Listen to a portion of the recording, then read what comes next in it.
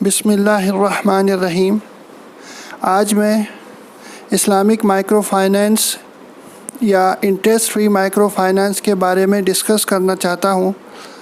Islamic micro finance کے اندر interest کا لینا اور دینا دونوں ہی حرام ہے، لیکن اسلامک مائکرو فائنانس جو چھوٹے کاروباری ہیں یا چھوٹے بزنسز ہیں ان کے لیے بہت ہی افیکٹو ٹول ہو سکتا ہے۔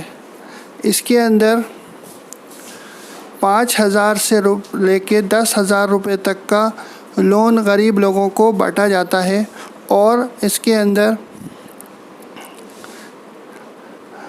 اس کو قرض حسنہ بھی کہہ سکتے ہیں ہم لوگ، اور اس میں منتھلی انسٹالمنٹ فکس کر دی جاتی ہیں۔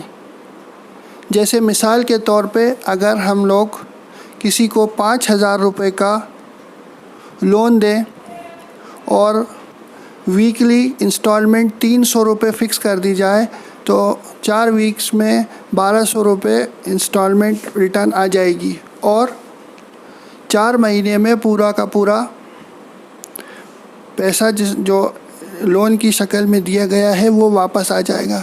اسی طرح سے اگر 10,000 روپے کا لون کسی نے دیا ہے تو اس میں ویکلی 600 روپے کی منتھلی انسٹالمنٹ فکس کر دی جا سکتی ہے، اور اس کے ذریعے سے پھر سے 4 مہینے میں پیسہ ریٹرن آ سکتا ہے، اور اسی پیسے سے دوبارہ کئی لوگوں کی مدد کی جا سکتی ہے۔ اس طرح سے ہزاروں لوگوں کو دوبارہ ہم لوگ بزنس کو چھوٹے بزنسز کو ری اسٹارٹ کرنے میں مدد کر سکتے ہیں۔ اب اسلامک مائکرو فائنانس کو ہم انڈیویجول بیسس پہ بھی کر سکتے ہیں، اور اس کو ہم میوچول کوآپریشن کے ساتھ بھی کر سکتے ہیں۔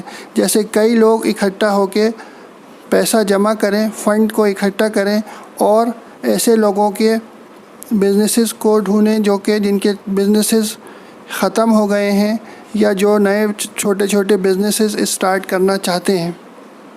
جیسے مثال کے طور پہ ایک سبزی کے ٹھیلے کو اسٹارٹ کرنے میں تقریباً 5,000 روپے کا خرچہ آتا ہے، اسی طرح سے فروٹ کے بزنس کو اسٹارٹ کرنے میں تقریباً 10,000 روپے کا خرچہ آتا ہے۔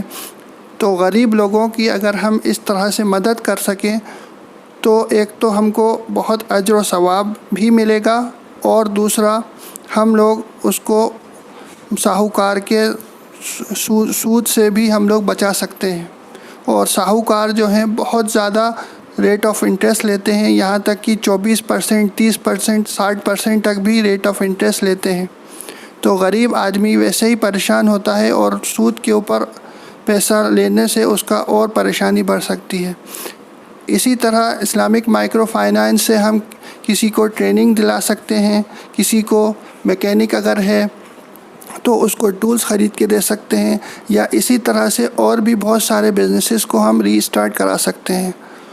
تو یہ اسلامک مائکرو فائنانس ہم لوگوں کے لیے ایک طرح سے ثواب کا ذریعہ بھی بن سکے گا، اور دوسرے لوگوں کی مدد بھی ہو سکے گی۔